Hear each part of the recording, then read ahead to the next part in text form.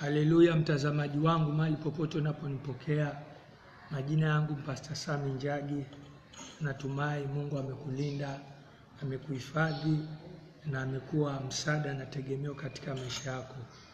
Nataka nilete neno la Mungu mchana wa leo, ikiwa ni ibada ya mchana, lisala neema.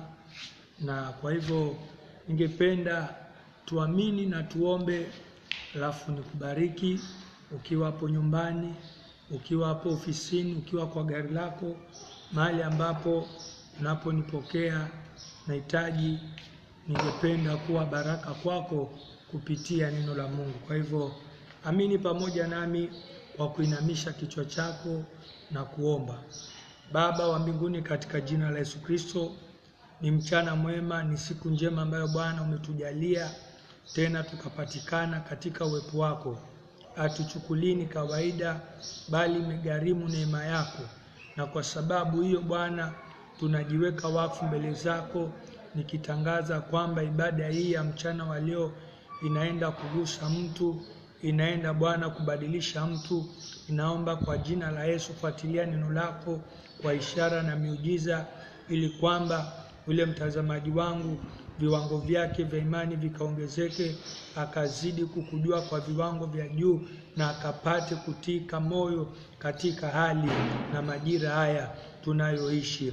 Ashukuriwe Mungu yule atupaye kushinda, maana katika yote sisi tu zaidi ya washindi.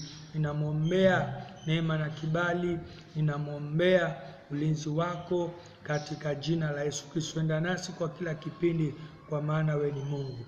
Kwa Yesu Kristo naomba na kuamini. Amen. Mtazamaji wangu mahali unaponipokea, kama vile nimetangulia kusema, majina yangu ni Pastor Sami Njagi, na hudumu katika kanisa la Calvary Worship Center Mombasa IPHC.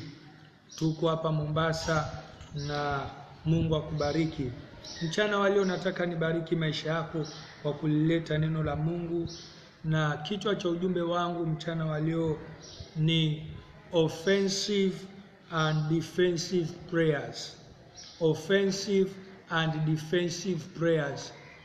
Mtazamaji wangu, ningependa uelewe na ufahamu hili, ya kwamba Mungu ni Mungu ambaye ametupea silaha zote katika uwezo wetu. Mungu ni Mungu ambaye jambo lolote haliwezi likatendeka isipokuwa yeye